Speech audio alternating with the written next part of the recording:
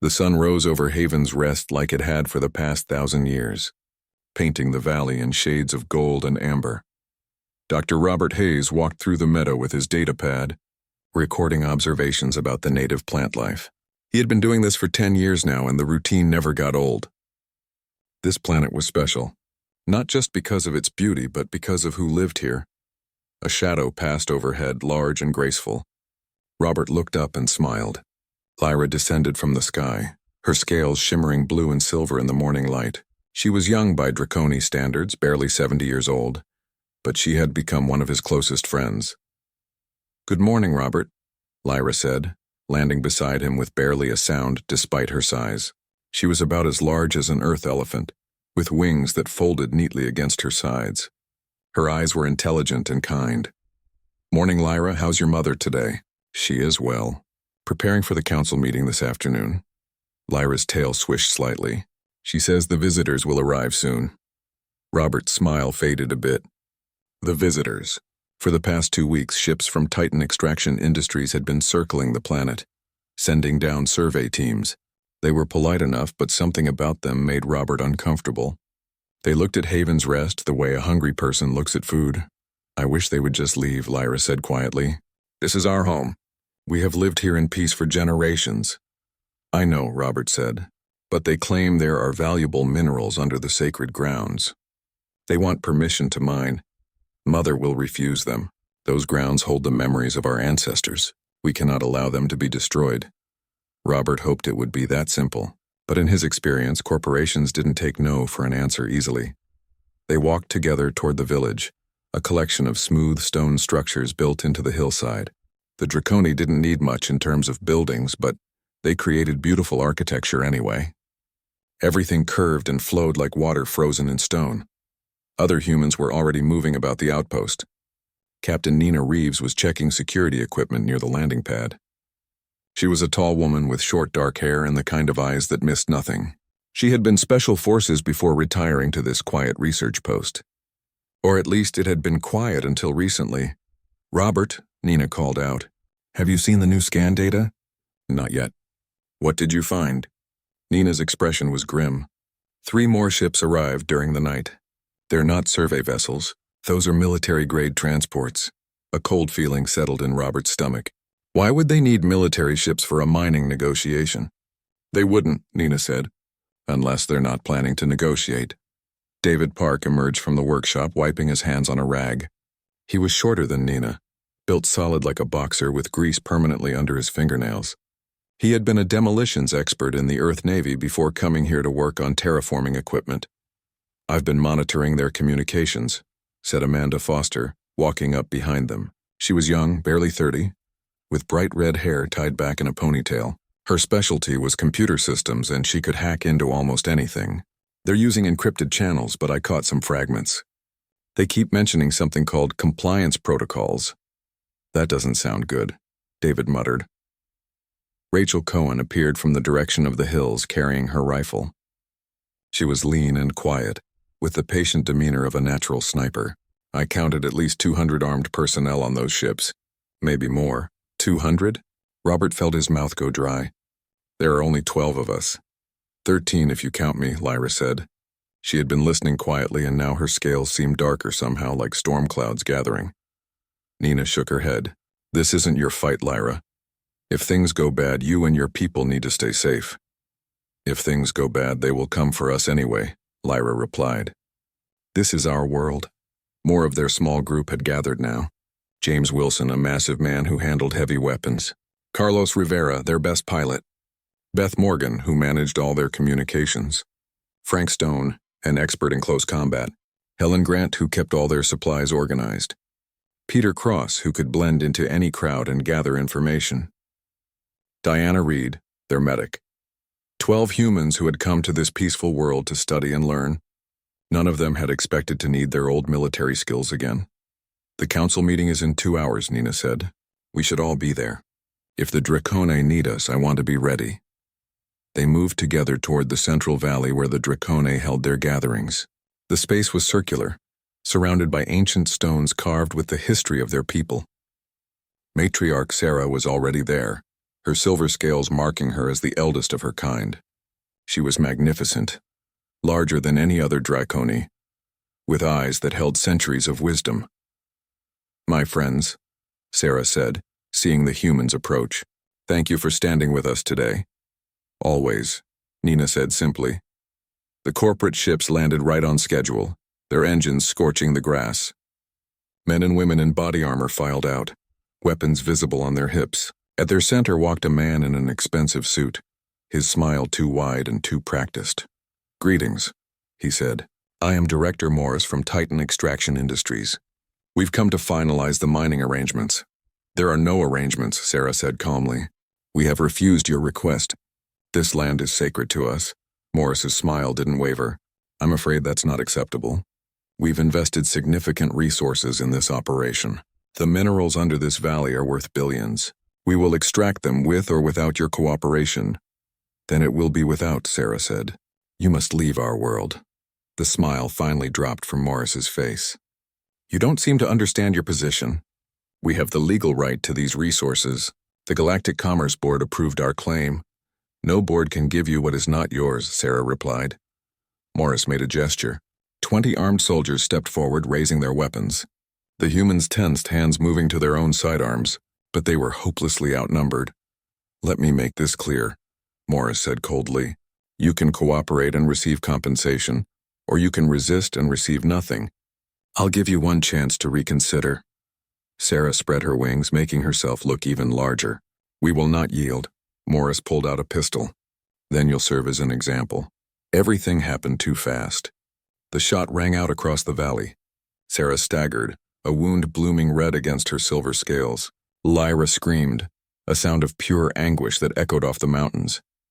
She rushed to her mother's side as the great matriarch fell. "No!" Robert ran forward, his medkit already in his hands. But he could see it was bad.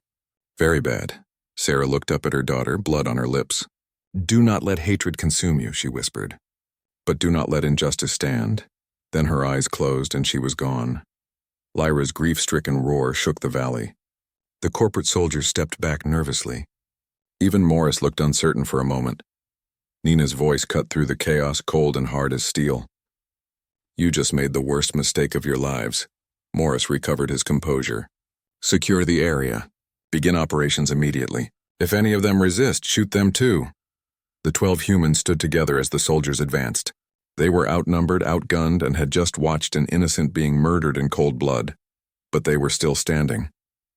And they were not going to let this stand. Lyra would not leave her mother's body. She curled around matriarch Sarah in the center of the valley, her wings forming a protective circle even though it was too late. The other Draconi gathered at a distance, their heads bowed in mourning. They sang a low, haunting melody that vibrated through the ground itself. The corporate soldiers had pulled back to establish a perimeter. They set up prefabricated buildings and defensive barriers with practiced efficiency. Within hours, they had transformed the peaceful valley into a military camp.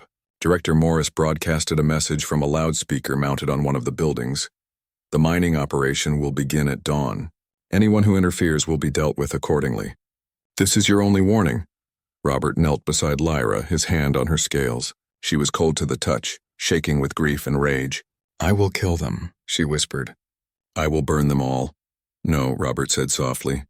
"That's what they expect. That's what they want. An excuse to kill more of your people. Then what do I do?" Lyra's voice cracked. "My mother is dead. They murdered her and they smile." "We make them pay," Nina said, approaching from behind. The other 11 humans were with her. "But we do it smart. We do it right." They moved away from the valley under cover of darkness, heading to their outpost. The corporate soldiers didn't stop them. Why would they? 12 unarmed researchers weren't a threat. That's what Morris thought anyway. He was wrong. The outpost had a small meeting room with a round table. All 12 humans sat around it, their faces grim in the dim light. Nina placed her hands flat on the table. "We need to be clear about what we're doing here," she said. "This isn't a rescue mission. This isn't self-defense. If we act against those soldiers, we're starting a war. A war we'll probably lose. Everyone understand that?" They all nodded. "Good, so I'll ask once and only once. Who's in?" 12 hands went up without hesitation. Nina allowed herself a small, fierce smile. All right then. Let's figure out how to make 200 armed mercenaries regret ever coming to Haven's Rest. Amanda pulled out her laptop and connected it to the outpost's systems. I've been monitoring their communications since they arrived. They're using military-grade encryption, but it's an older model. I can break it given enough time. How much time? Helen asked. She had already spread out a map of the valley on the table, marking enemy positions with red dots. Maybe 12 hours for full access, but I can already see some of their command structure. Morris is in charge, but the actual military commander is someone named Captain Voss. He's former Alliance military, discharged for excessive force violations. So he's a thug, Frank said. He was sharpening a knife, the blade gleaming in the low light. That might work for us. Thugs get overconfident. What about numbers? Nina asked. Rachel had been tracking movements all day. 217 soldiers last count. They have standard assault rifles, some heavy weapons, grenades, 4 armed vehicles, and they have air support from their ships. David was sketching something on a piece of paper. The vehicles are the biggest problem. We can't match that kind of firepower directly. Then we don't fight directly, Peter said. He had been quiet until now, just listening. We hit them when they don't expect it. Where they don't expect it. Make them paranoid. Make them scared. Guerrilla warfare, Nina said, nodding. We know this terrain better than they do. We have friends here who know every cave, every tunnel, every hidden path. The Draconi won't fight, Robert said. They're peaceful. And after what happened to Sarah, they're terrified. We don't need them to fight, Nina replied. We need their knowledge. We need to know places we can hide, places we can strike from, places we can disappear into. Lyra appeared in the doorway. She must have flown to the outpost while they were talking. Her eyes were red from crying, but there was steel in her voice now. I can give you what you need. My people will not fight, but they will help you. Caves under the mountains, passages through the hills, places where your enemies cannot follow. Lyra, Robert started, but she cut him off. My mother's last words were to not let injustice stand. You are going to make them pay for what they did. I will help you. And when it is done, perhaps I can sleep again. Nina stood and faced the young Draconi. This will be dangerous. People will die, maybe us, maybe your people if they find out you're helping. I know, Lyra said. Do it anyway. They worked through the night. Amanda hacked deeper into the corporate network, pulling out schedules, patrol routes, supply manifests. Helen calculated how long they could sustain operations with their limited resources. David took inventory of everything that could be turned into a weapon. The outpost had been a terraforming facility before it became a research station. That meant chemicals, explosives, industrial equipment. I can make this work, David said, examining a container of mining charges. It won't be pretty, but I can create enough explosives to cause serious damage. Carlos was checking their vehicles. They had 1 shuttle capable of reaching orbit and 3 ground transports. The shuttle is unarmed, but it's fast. I can use it for hit-and-run attacks if needed. Beth was setting up a secure communication network using old Alliance military protocols. They won't be able to track our signals through this. We can coordinate without them knowing. Diana organized her medical supplies. I don't have enough for a sustained campaign. If people get seriously hurt, I might not be able to save them. Then we don't get hurt, Frank said. It should have sounded cocky, but his tone was dead serious. Peter was already changing into civilian clothes. I need to get closer to their camp. See their setup from the inside. I can pass as a local contractor. Too dangerous, Nina said. Everything we're about to do is dangerous, Peter replied. But we need intelligence. Real intelligence, not just what we can see from a distance. Nina considered this, then nodded. 12 hours. In and out. If you're not back by then, we come for you. Deal. By morning, they had a plan. It wasn't a good plan. The odds were terrible. But it was something. Nina gathered them one last time before they moved out. We take an oath right here, right now. We see this through to the end, whatever that end is. We trust each other completely. And we remember why we're doing this. Not for revenge. For justice. For Sarah. For the Draconi. For everyone who can't fight back against people like Morris. They placed their hands together in the center of the circle. 12 human hands and 1 scaled claw from Lyra. For justice, Nina said. For justice, they repeated.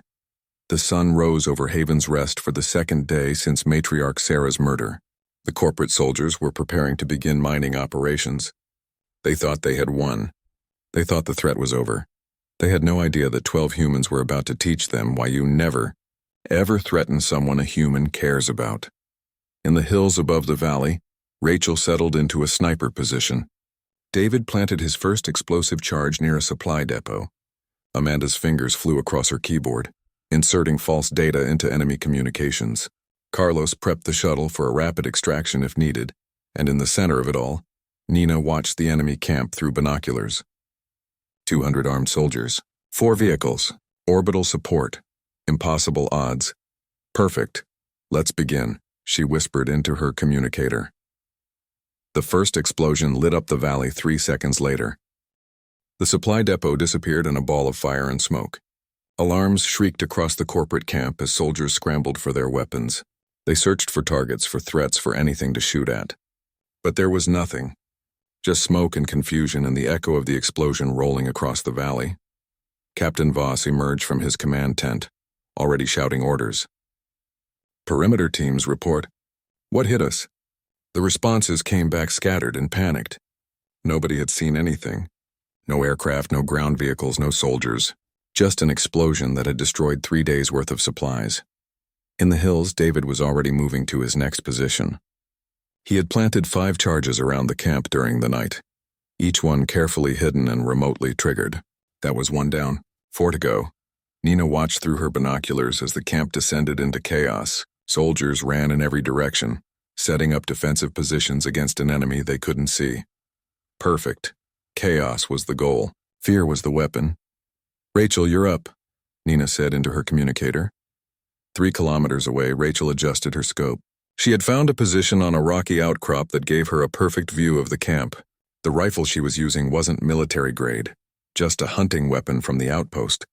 But she had hunted on 5 different worlds before coming to Haven's Rest. She knew her way around a scope. She tracked her target carefully. Not a soldier. That would come later. For now, she aimed at the communications array mounted on top of the command tent. 1 breath. 2. 3. She squeezed the trigger. The array exploded in a shower of sparks. The soldiers dove for cover, still not knowing where the shot came from. Voss was screaming into a dead radio, his face red with rage. Target down, Rachel reported. Moving to position 2. Amanda was in the outpost, fingers dancing across her keyboard. She had full access to their systems now. I'm feeding them false sensor data. They think they're picking up movement in 3 different locations. Down in the camp, soldiers were deploying to investigate the phantom signals. They found nothing, of course, which only made them more nervous. Unknown enemies were scary. Invisible enemies were terrifying. Peter had made it inside the camp disguised as a maintenance worker. Nobody questioned him when he showed his forged credentials. Why would they? He was just a technician there to check the water filtration system. Except Peter wasn't checking the system. He was sabotaging it. By tomorrow, half the camp would have stomach problems. Nothing lethal, but enough to make them miserable. He also planted listening devices in key locations. Command tent, supply area, vehicle bay. Now they could hear every order Voss gave. Phase 1 complete, Nina said after 3 hours. Everyone pull back to rally point. They met in a cave system Lyra had shown them. The Draconi had used these caves for centuries, and they extended for kilometers under the mountains. Perfect for hiding, perfect for planning, perfect for making the enemy think they were dealing with ghosts. Casualty report, Nina said. None, Diana replied. She had been standing by with her medical kit, but nobody needed her. We got lucky. Not luck, Frank said. Good planning. Don't get cocky, Nina warned. They'll adapt. Voss isn't stupid. He'll figure out we're using guerrilla tactics and adjust accordingly. Let him adjust, David said. He was already preparing more explosives. We'll just adjust faster. That night, they hit the camp twice more. Once at midnight, destroying a vehicle with a planted explosive. Once at 3 in the morning, with Rachel taking out their backup generator. The soldiers got no sleep. Fear and exhaustion were almost as effective as bullets. By the second day, Voss had reorganized his forces. He pulled everyone inside a tighter perimeter and posted guards at every approach. Smart move. But it also meant his mining operations couldn't proceed. That was fine with Nina. Every day they delayed was a small victory. Beth had been monitoring broadcasts from the corporate ships in orbit. They're getting pressure from headquarters. Morris is supposed to start extracting minerals already. He's making excuses about local resistance. Good, Helen said. She was tracking their own supplies, making sure they could sustain operations. The longer this drags out, the worse it looks for them. But Nina knew they couldn't just keep them pinned down forever. Eventually, reinforcements would arrive, or the orbital ships would start providing fire support. They needed to escalate. We need to hurt them, she said during their planning session that evening. Really hurt them. Make it so expensive to stay here that they decide it's not worth it. The vehicles, James suggested. He had been quiet for most of the campaign, waiting for his moment. Heavy weapons were his specialty, but they hadn't needed them yet. If we take out their transport capacity, they're stuck here on foot. There are 4 vehicles, David said, all heavily armored. It would take serious firepower to destroy them. Or we don't destroy them, Peter said thoughtfully. We take them. Everyone looked at him. Think about it, Peter continued. They're keeping the vehicles in the motor pool lightly guarded because they think we don't have the firepower to threaten them. What if we hit the motor pool with everything we have? Fast, hard, overwhelming force. Steal the vehicles and disappear before they can respond. That's insane, Robert said, but he was smiling. I love it. They spent the rest of the night planning the raid. It would require perfect timing and coordination. Frank and James would lead the assault team. David would provide explosive cover. Rachel would take out any soldiers who tried to respond. Carlos would have the shuttle ready for aerial support. Amanda would hack the vehicle security systems. Everyone had a role. The attack came at dawn on the 3rd day. David's explosives went off simultaneously at 3 points around the camp, far from the motor pool. Soldiers rushed to respond, leaving the vehicle bay undermanned. Frank and James came in fast and hard along with Robert and Beth. 4 soldiers guarding the vehicles never had a chance. They were disabled and restrained within seconds, not killed. Nina had been clear about that. They were here to stop the mining operation, not commit murder. Amanda remotely unlocked the vehicles while Carlos brought the shuttle in low and fast, using it to block any line of sight from the main camp. The assault team piled into the vehicles, engines roaring to life. Go, go, go, Nina shouted. They crashed through the camp perimeter, vehicles bouncing over rough terrain as bullets pinged off the armor. Rachel's covering fire kept anyone from getting a clear shot. Within 2 minutes, they were clear of the camp and racing toward the caves. Voss's voice crackled over the stolen vehicle's radio. All units pursue those vehicles. I want them destroyed. But pursuing into the cave system was suicide, and Voss knew it. The vehicles disappeared into the darkness, leaving the corporate forces without their transportation. In his command tent, Voss stared at the map with dead eyes. 5 days ago, this was supposed to be a simple operation. Show up, intimidate the locals, start mining. Now he had lost vehicles, supplies, and his soldiers were exhausted and terrified. Sir, one of his officers said carefully, maybe we should request additional support. Request denied, came Morris's voice over the comm. The director had been watching from orbit, safe and comfortable. You have more than enough forces to handle a few researchers. Get it done, Voss. Voss clenched his fists. He had fought in real wars. He knew what was happening here. They weren't dealing with researchers. They were dealing with trained soldiers who knew exactly what they were doing. Fine, Voss said coldly. If they want to play guerrilla warfare, we'll show them what real warfare looks like. Prepare for maximum force operations. Authorization code Scorched Earth. His officers hesitated. Sir, that protocol authorizes lethal force against all targets, including civilians.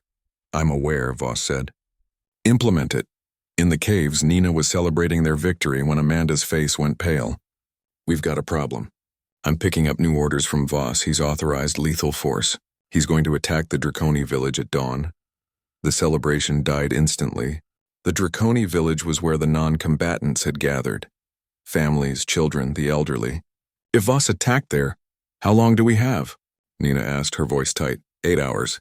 Maybe less. Then we move now, Nina said. We wanted to hurt them. Well, now we're going to do more than hurt them. We're going to beat them. Lyra, we need those tunnel systems. Can you get us inside their camp unseen? Yes, Lyra said. There is a path that leads directly under their command center. David, how many explosives do you have left?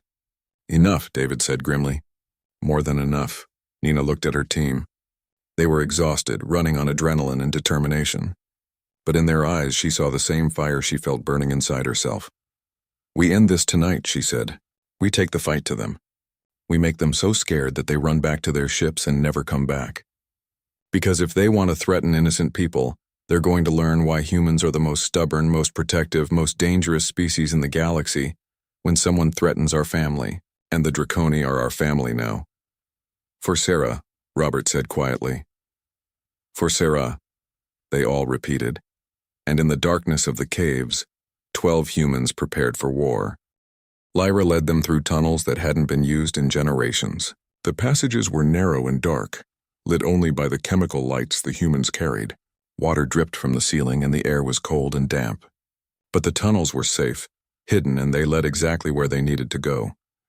We are directly beneath their camp now, Lyra whispered. The command center is above us, maybe 20 meters of rock. David examined the ceiling of the tunnel with his flashlight. I can work with this. Set charges here, here, and here. When they blow, it'll collapse the ground right under their feet. Will it kill them?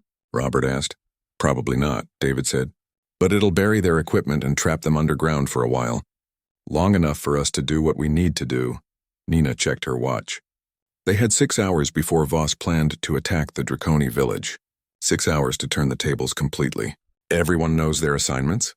Nods all around. Amanda, you're with me. We're going after their communications. If we can cut them off from the orbital ships, they lose their biggest advantage. Frank James, you take the weapons depot.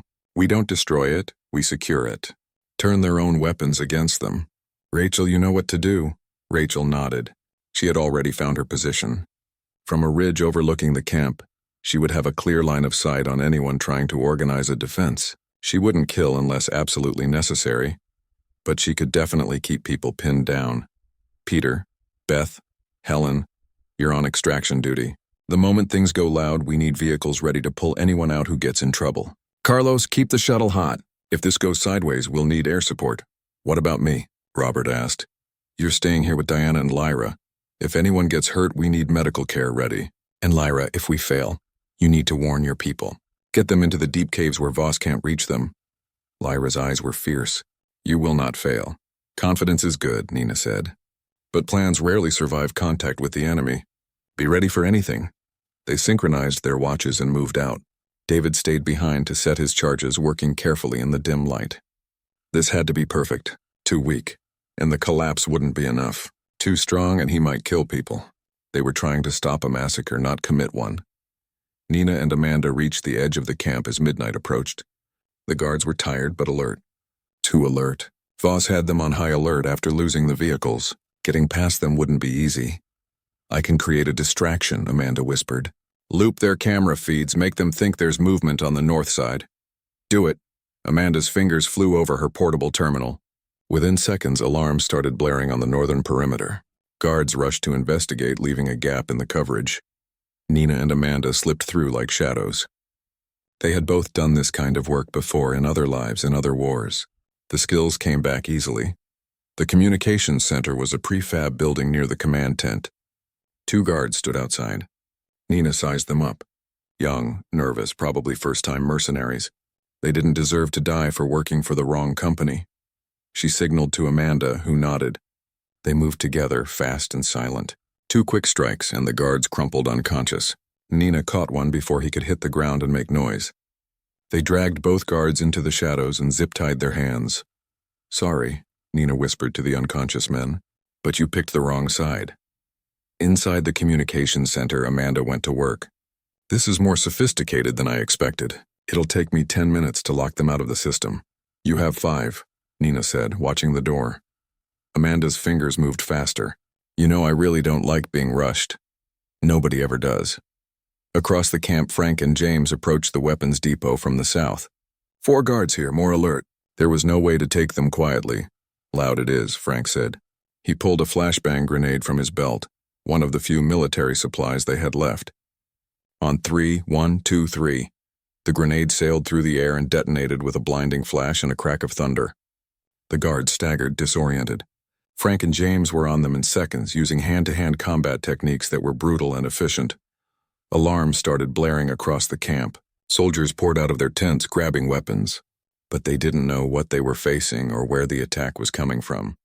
Chaos was humanity's greatest weapon tonight. Rachel opened fire from her position, not at people but at equipment. Lights shattered. Radio antennas sparked and died. A generator exploded in a shower of flames. Every shot was precise, calculated to maximize confusion and minimize casualties. David triggered his charges.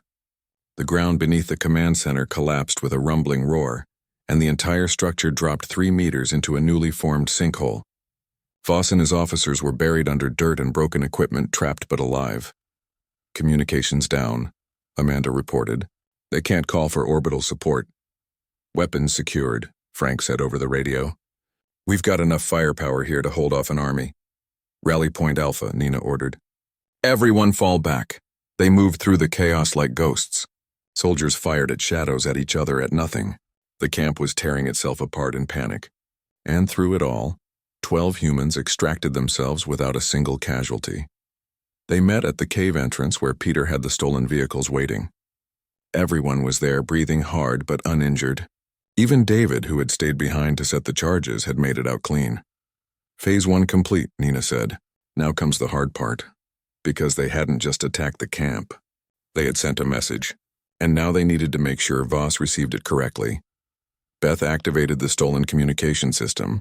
Nina had prepared a broadcast, and now she sent it on every frequency the corporate forces used. This is Captain Nina Reeves, representing the people of Haven's Rest. You came to our world uninvited. You murdered an innocent elder to intimidate us. You threatened to slaughter civilians. Now you're learning what happens when you threaten people that humans care about. We have destroyed your supplies, stolen your vehicles, buried your command center, and cut you off from orbital support. You have 2 choices.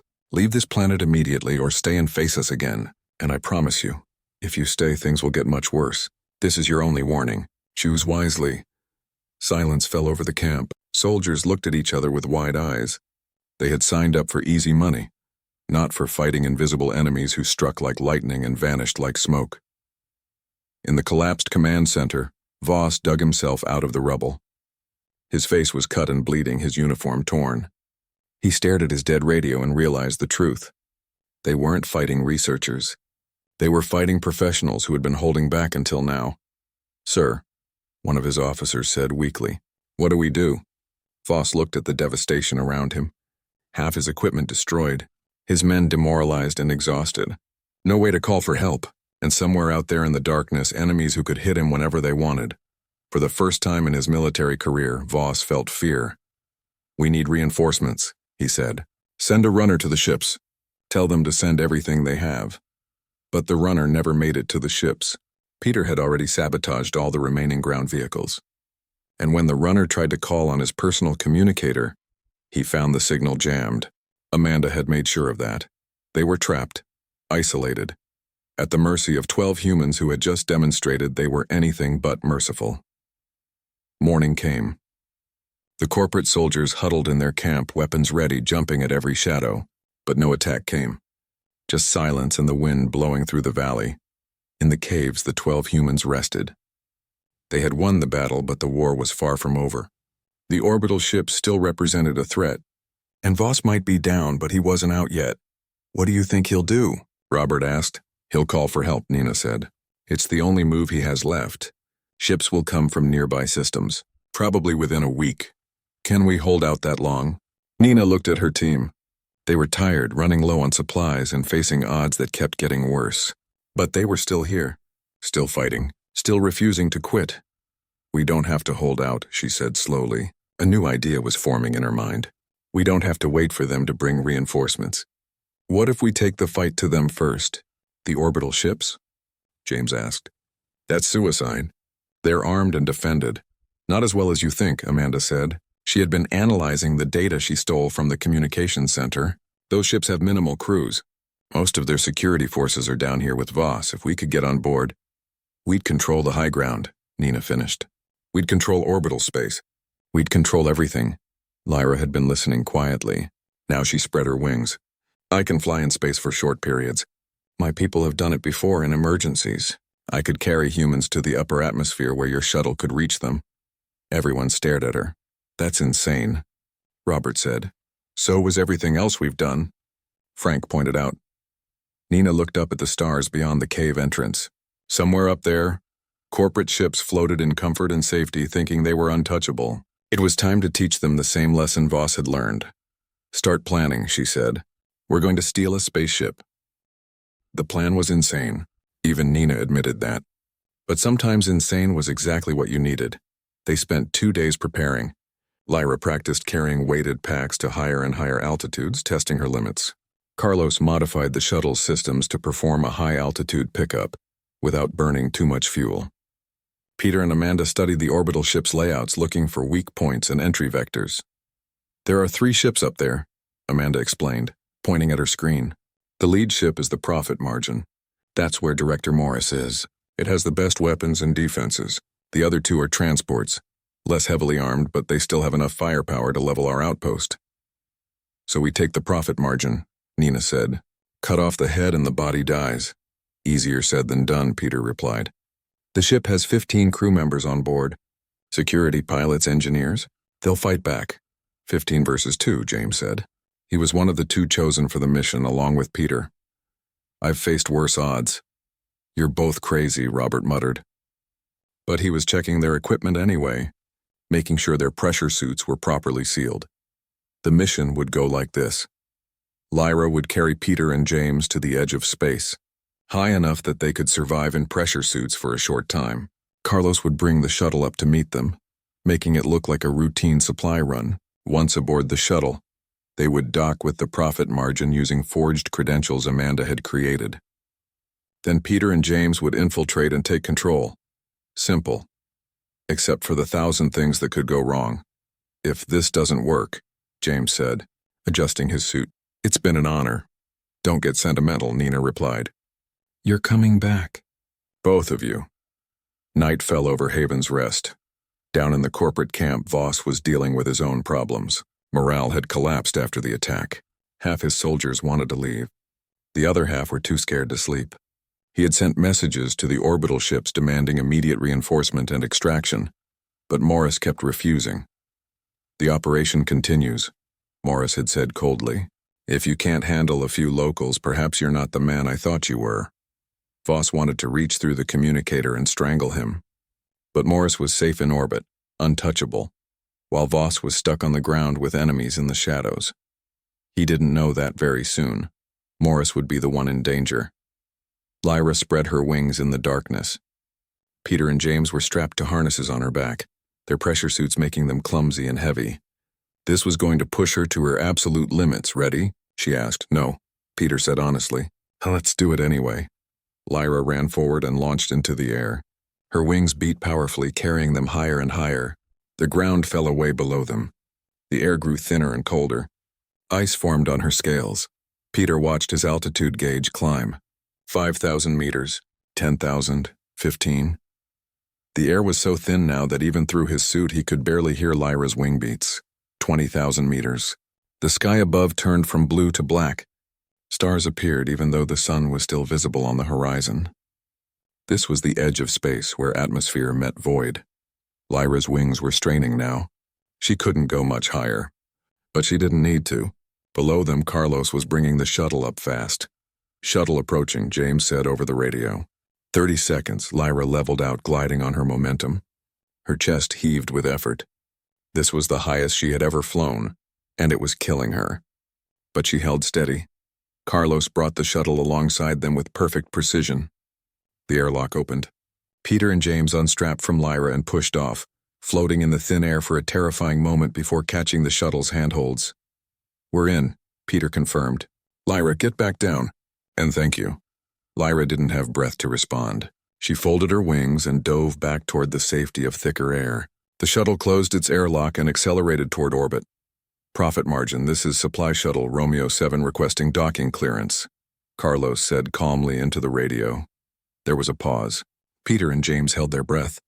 If the ship's security had been changed, if they suspected anything. Romeo 7, you're cleared for docking bay 2. What supplies are you bringing? Amanda had prepared for this question. Carlos read from his script. Food rations, medical supplies, and replacement parts for the communication array. Director Morris requested rush delivery. Another pause. Confirmed. Proceed to docking bay 2. They were in. Carlos guided the shuttle into the docking bay smoothly. Through the windows, they could see the interior of the ship. Clean, bright, comfortable. The crew up here had been living in luxury while soldiers on the ground suffered in tents. The airlock cycled. Peter and James removed their pressure suits, revealing corporate maintenance uniforms underneath. They looked like regular technicians just doing their job. 2 security guards met them at the airlock. IDs? Peter handed over forged credentials. The guard scanned them, and Amanda's hacking skills paid off. The credentials came back valid. All right. Bay 2 is this way. Unload your supplies and be quick about it. We're on high alert. Understood, Peter said. They followed the guards deeper into the ship, their eyes cataloging everything: guard positions, camera locations, structural weak points. They passed crew members who barely glanced at them. Just maintenance workers, nothing interesting. The guards led them to a storage bay and left them there. Be out in 30 minutes. We're busy enough without babysitting. As soon as the guards were gone, Peter activated his communicator. We're in. Moving to phase 2. Copy that, Amanda's voice crackled back. I'm accessing their systems now. Give me 2 minutes. Peter and James moved through the ship like ghosts. They had studied the layouts for days and knew exactly where to go. The engine room first, where they placed a small device that would give Amanda control of the ship's power systems. Then the bridge, where they needed to physically take control. They reached the bridge corridor. 2 guards stood outside the door. No way to avoid them. James cracked his knuckles. Quick and quiet, they moved together, fast and professional. The guards went down without making a sound. Peter dragged them into a storage closet, while James hacked the bridge door controls. Inside the bridge, 4 crew members were working at their stations. The ship's captain, a pilot, a navigator, and a communications officer. Director Morris was there too, sitting in a comfortable chair and sipping coffee while he watched the planet below. Good afternoon, Peter said pleasantly as he and James stepped onto the bridge. Everyone turned to stare at them. For a moment, nobody moved. Then the captain reached for an alarm button. Amanda was faster. The lights went out, plunging the bridge into darkness. Emergency lighting kicked in a second later, casting everything in red.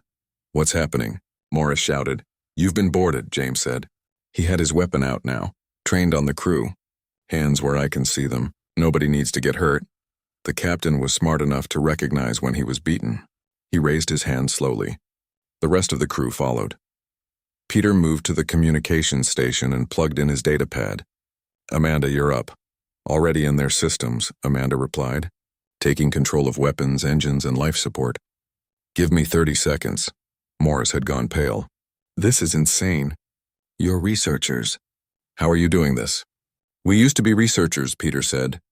Before that, we were other things. Soldiers, spies, people who know how to fight when we need to. The company will destroy you for this. The company murdered an innocent elder, James said coldly. The company threatened to massacre civilians. The company picked this fight. We're just finishing it. Amanda's voice came over the comm. Control is mine. The ship is ours. Peter activated the ship-wide intercom. Attention crew of the profit margin. This ship is now under our control. If you cooperate, nobody gets hurt. If you resist, you'll regret it. Stay in your quarters until further notice. Down on the planet, Nina was watching her scanner. They did it. They actually did it. Never doubted them for a second, Frank said. He was grinning. In orbit, Peter was now sitting in the captain's chair. It was surreal. 12 hours ago, they had been hiding in caves. Now they controlled an armed spaceship. Hailing the other 2 ships, he said. Let's see if they want to play. He opened a channel to the transport vessels. This is the profit margin. We have a situation down on the planet. Requesting immediate support. The transports responded immediately. Profit margin, what's your status? We're fine up here, Peter lied smoothly. But the ground team needs extraction. They're taking heavy casualties. We need you to send all your security personnel down immediately. There was hesitation. All of them? That would leave our ships undermanned. Those are Director Morris's orders. Do you want to be the one who tells him no? Silence, then reluctantly, confirmed. Sending security teams down now. Peter smiled. In chess, this was called a discovered attack. Move one piece and suddenly another piece is in position to strike. The transports were sending their security down, which meant, Carlos, Peter said, how do you feel about capturing 2 more spaceships? Like it's my birthday, Carlos replied. The transport ships never knew what hit them. With their security forces gone and the profit margin helping to coordinate the attack, Carlos's shuttle simply docked with each one and let Nina's team board. Within 2 hours, all 3 orbital ships were under human control. On the planet, Voss received a message from the ships that made his blood run cold. "This is Captain Nina Reeves, and I'm calling from orbit. Your ships are ours. Your reinforcements aren't coming. You're alone down there with no support, no supplies, and no hope. Here's what's going to happen. You're going to order your soldiers to lay down their weapons. You're going to march to the landing zone, and you're going to board shuttles that will take you to your ships where you'll be confined until the proper authorities arrive. If you cooperate, nobody else gets hurt. If you resist, I have orbital weapons pointed at your camp right now. Do you understand?" Voss looked around at his soldiers. They were beaten, exhausted, scared. Many were already putting down their weapons. He had lost. Completely and utterly lost. To 12 humans and a dragon. "We surrender," he said quietly. 3 days later, Galactic Council ships arrived at Haven's Rest. They found a very strange situation. 3 corporate vessels under the control of human researchers, 200 mercenaries sitting in makeshift prisons, and 1 dead matriarch whose murder had sparked all of this. The council investigators listened to the testimony. They watched the video evidence. They examined the proof of corporate crimes. And they ruled in favor of the humans. Titan Extraction Industries was fined billions. Their license was revoked. Director Morris and Captain Voss were arrested and would face trial. The mercenaries were released but would carry the shame of defeat forever. Haven's Rest was declared a protected world. No mining, no exploitation, no corporate interference. The Draconae held a ceremony to honor matriarch Sarah. All 12 humans attended, standing together as Lyra spoke of her mother's wisdom and sacrifice. "My mother died because she would not yield to injustice," Lyra said. "But her death was not in vain. You showed the galaxy that some things are worth fighting for, that some bonds are stronger than greed." After the ceremony, Nina and her team stood on a hill overlooking the valley. The scars from the battle were already healing. Life was returning to normal. "What now?" Robert asked. Nina smiled. "Now we get back to research, back to learning, back to living in peace. Until the next crisis," Frank said. "Until the next crisis," Nina agreed. "But we proved something important. We proved that you don't have to be an army to make a difference. You just have to care enough to fight for what's right." They stood there together as the sun set over Haven's Rest. 12 humans who had changed the fate of a world. Because they hurt a dragon's mother and 12 humans made them regret it. 3 months passed like a peaceful dream. Haven's Rest healed from the scars of battle. New grass grew where vehicles had torn up the earth. The Draconi rebuilt structures damaged during the conflict. The humans returned to their research, studying the plants and animals that made this world so unique. But Amanda couldn't shake the feeling that something was wrong. She spent her nights in the outpost, monitoring galactic communications. She told herself it was just being cautious, but deep down, she knew what she was looking for. Revenge. Corporations like Titan Extraction didn't just give up when they lost. They adapted. They came back stronger, and she was right to worry. "Nina," Amanda called out one evening. "You need to see this." Nina entered the communication room, still wearing her gardening gloves. She had been helping the Draconi plant memorial flowers around matriarch Sarah's grave marker. "What is it?" Amanda pulled up files on her screen. "I've been tracking Titan Extraction's corporate structure. They were just a subsidiary. A small piece of something much bigger. The parent company is called Genesis Consortium. They own hundreds of operations across the galaxy. So I started digging deeper. Genesis has been doing this for decades. They find worlds with valuable resources, intimidate or remove the native populations, and strip the planet clean. Haven's Rest wasn't special. It's just one of hundreds." Nina leaned closer to the screen. The files showed world after world. Different species, different resources, but the same pattern: exploitation, murder, cover-ups. "How many?" Nina asked quietly. "At least 300 confirmed cases. Probably more that I haven't found yet." Amanda's hands were shaking. They get away with it because they're too rich, too connected. They bribe officials, threaten witnesses, hide evidence. The Galactic Council knows about them but can't touch them because of political pressure. Nina stared at the screen for a long moment. Then she called a meeting. The 12 gathered in the outpost that night. Amanda presented her findings. World after world, species after species, all suffering because Genesis Consortium valued profit over life. This is bigger than Matriarch Sarah, Robert said. This is systematic genocide. The council won't act, Helen said. She had been reading through legal documents. Genesis operates in a gray area. They never directly order the violence. They use contractors and subsidiaries so they can claim ignorance. Even when people get arrested, the executives stay protected, so they just get away with it. Lyra had been listening from the doorway. They murder and steal and nothing happens? Not nothing, Nina said slowly. They got away with it before because nobody challenged them. But we proved something here. We proved that they can be beaten. You want to go after them, Peter said. It wasn't a question. I want to stop them, Nina corrected. Permanently. But it would mean leaving Haven's Rest. It would mean putting ourselves in danger again. I won't ask anyone to do that. This is a choice everyone makes for themselves. Frank was the first to speak. I'm in. We didn't fight just to save one world. We fought because it was right. And this is right too. One by one the others agreed. David, Rachel, James, Carlos, Beth, Helen, Peter, Diana. Even Robert, who had left his military career to avoid exactly this kind of violence, nodded slowly. What about Haven's Rest? Lyra asked. Who will protect my people if you leave? The council has assigned peacekeepers, Nina said. And honestly, after what happened here, I don't think anyone will dare threaten this world again. You're safe now. Then I'm coming with you, Lyra said firmly. Absolutely not, Robert started. My mother died because of Genesis, Lyra interrupted. Not just their subsidiary, but the whole corrupt system. If you're going to fight them, I'm going to help, and I'm not the only one. She gestured behind her where 5 other Draconi had gathered. We've been talking. 6 of us want to join your mission. Nina looked at the young Draconi, then at her team. This isn't going to be like last time. Genesis headquarters is on Prime Station, one of the most secure facilities in the galaxy. Just getting close will be nearly impossible. Nearly impossible, James said with a slight smile. Those are the odds we prefer. They spent weeks planning. Amanda traced Genesis's structure, finding weak points and vulnerabilities. Helen calculated logistics for an extended mission. Peter researched Prime Station's security, looking for ways to infiltrate. David considered what they would need in terms of equipment and weapons. The plan that emerged was audacious. They would infiltrate Prime Station during its annual Commerce Festival, when thousands of visitors from across the galaxy came to trade and celebrate. They would hide in plain sight among tourists and merchants.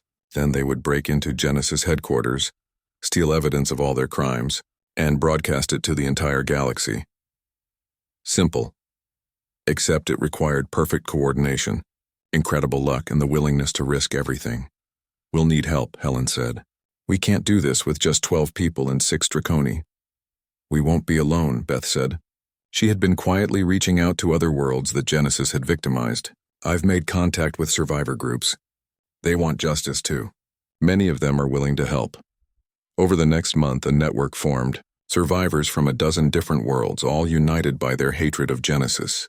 Not an army, but a coalition of the desperate and the determined. They arrived at Prime Station in small groups, spread across several days. Nina came as a merchant selling Earth artifacts. Peter as a maintenance contractor.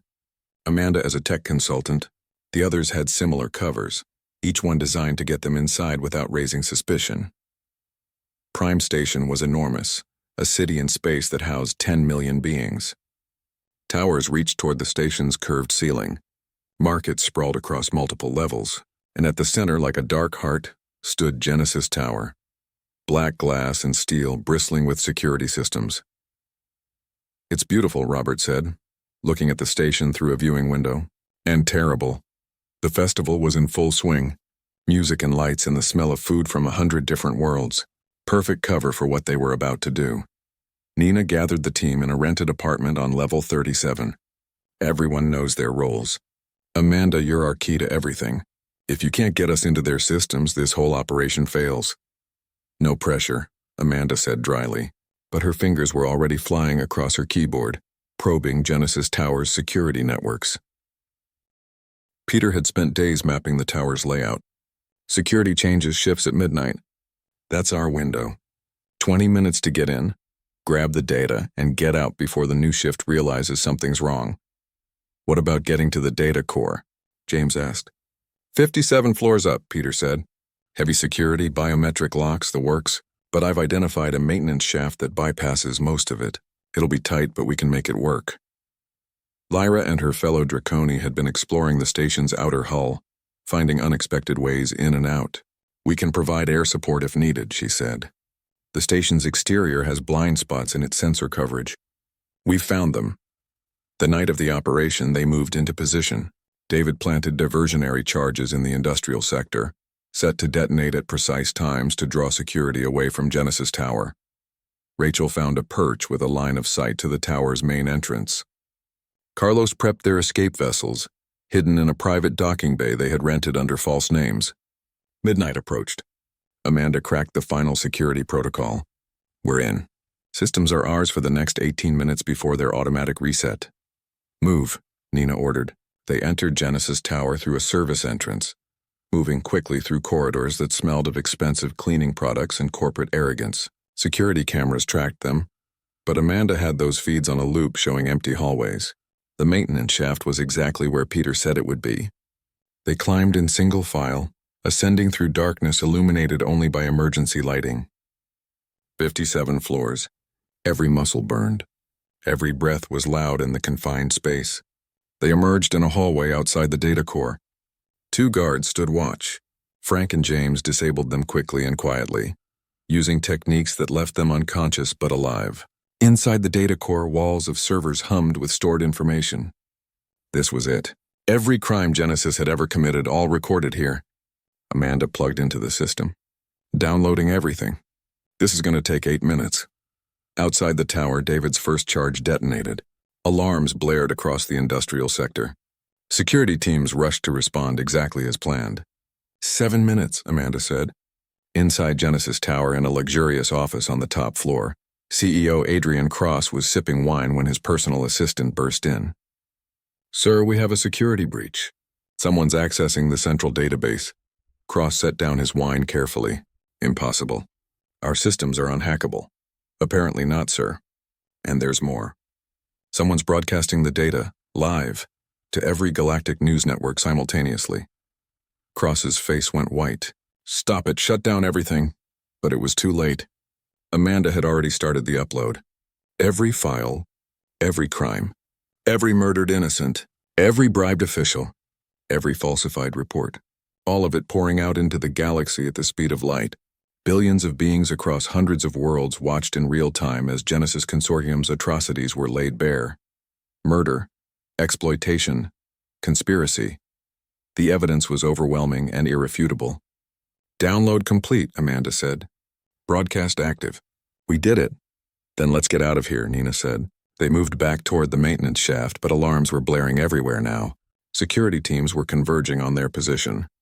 This is about to get messy, Frank said, readying his weapon. They fought their way through the tower, using non-lethal tactics when possible but not hesitating to defend themselves. Security guards fell back, unprepared for the level of skill they were facing.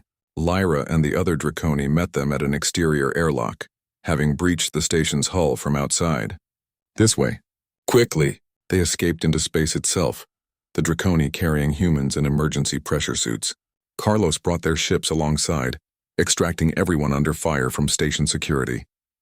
Inside Genesis Tower, Adrian Cross watched his empire crumble.